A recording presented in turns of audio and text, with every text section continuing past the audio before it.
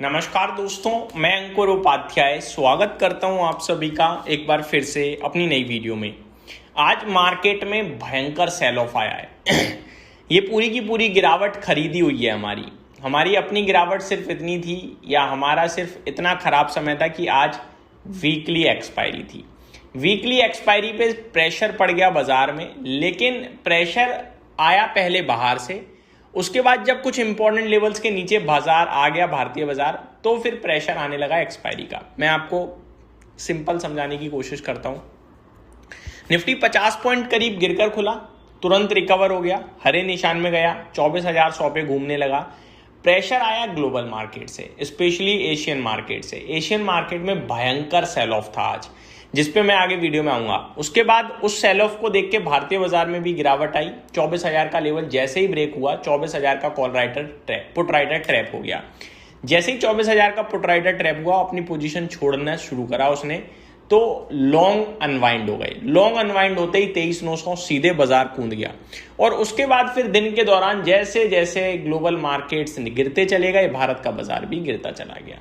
और at the end 23,824 पे हम बंद हुए हैं। 23,784 का हमने लो लगाया। करीब 278 पॉइंट्स की बड़ी गिरावट आज भारतीय बाजार में दिखी। परसेंटेज टर्म्स में निफ्टी और सेंसेक्स 1.16% नीचे थे। बैंक निफ्टी 1.3% डाउन था और स्मॉल कैप इंडेक्स आधा % नीचे था। मिड कैप में 1% की गिरावट थी। तो चौतरफा सेल ऑफ था भयंकर वाला आज के सेशन में। मार्केट ब्रेथ की धज्जियां उड़ गई। 712 शेयर्स जहां पे एनएससी पे पॉजिटिव थे, उसके सामने 2206 शेयर नेगेटिव दिखे। गिरावट के दो बड़े कारण, पहला ग्लोबल मार्केट और दूसरा कुछ ईरान की तरफ से ऑफिशियल बयान आए हैं। सबसे पहले छोटी अपडेट, ईरान का ऑफिशियल बयान ये बहुत बड़ा नेगेटिव है, लेकिन बाजार ने अभी तक इस पर ध्यान दिया नहीं है। मैं आपको बताना चाहूंगा, ईरान के फॉरेन मिनिस्ट्री के स्पोक्स पर्सन की तरफ से बयान आया है। उन्होंने कहा है, Tehran has no plans to allow IAEA inspectors to visit nuclear sites targeted during the recent conflict.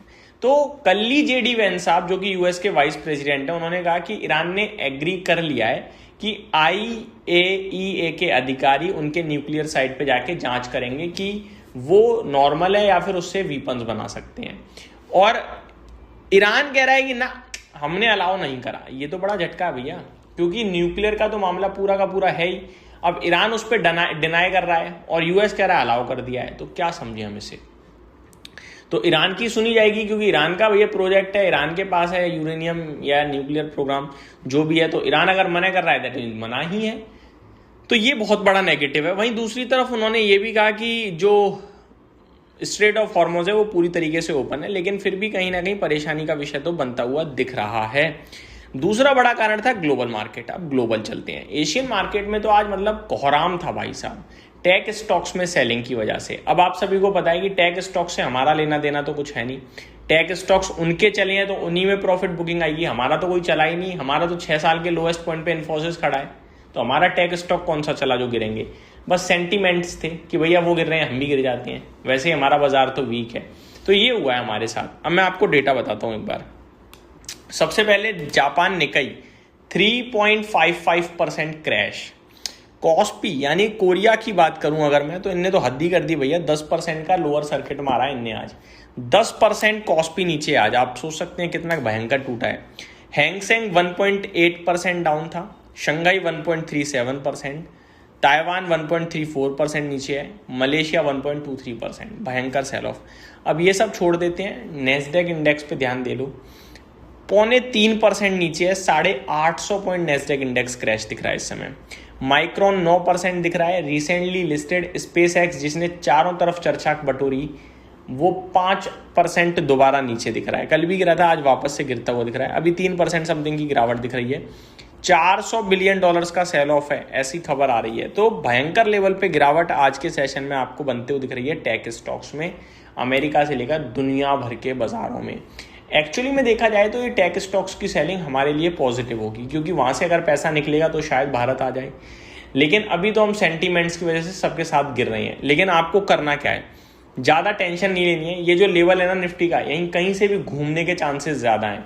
ये जो दुनिया में हो रहा है उसका कोराम का हमें ज़्यादा इम्पैक्ट नहीं होना चाहिए। अभी हम नो डाउट रिएक्ट कर रहे हैं, बट ज़्यादा नहीं होना चाहिए। दूसरी बात, कच्चा तेल हमारे लिए जो परेशानी या खुशी रहती है वो कच्चे तेल से रहती है। कच्चे तेल का भाव भाई साहब $76.5 चला गया था आज, अभी तो वापस $78 आ गया है, क्योंकि वो ईरान ने कह दिया है ना कि भैया हम तो ये न्यूक्लियर प्रोग्राम के लिए तैयार ही नहीं है, और स्ट्रेट ऑफ हॉर्मोन्स को लेकर तो पॉजिटिव बयान है, वहाँ पे कोई दिक्कत नहीं है, लेकिन न्यूक्लियर का मैटर फंसेगा तो डील फंस सकती है। स्टॉक स्पेसिफिक आता हूँ। फार्मा क्षेत्र एकमात्र क्षेत्र ऐसा था जो अच्छा कर रहा था। यहाँ पे आइफॉसफेमाइड एक जो ड्रग है वो यूएस और यूरोप में हो गया है कम, जिस कैंसर के काम आता है, कैंसर कीमोथेरेपी के, वो जो बनाता है बैक्स्टर, उसके सप्लाई में इश्यूज आ रहा है, जिसकी वजह से उसकी डिमांड बढ़ रही है, ये आइफॉसफेमाइड जो करके ड्रग है। तो खबरें ये हैं कि इंडिया शायद सप्लाई कर सकता है, जिसकी वजह से इंडियन फार्मा कंपनीज आज एक्शन में थी, और इसीलिए फार्मा क्षेत्र आज ऊपर था, बाकी सब नीचे। मेटल, आईटी, पीएसयू बैंक्स, इनकी तो धज्जियां उड़ गई हैं आज, बड़ी बुरी तरीके से नीचे थे। Cohance life sciences, Meesho, Piramal pharma, Gland pharma, Neuland labs में तेजी थी। तो गिरावट NIACL, Vedanta, national aluminium, Aegis, Vopak, Hindustan zinc जैसे शेयर्स में थी। तो ये मेरी तरफ से आपके लिए पूरी की पूरी अपडेट। उम्मीद करता हूँ जानकारी पसंद आई होगी। Thank you so much for watching this video. Have a great day guys.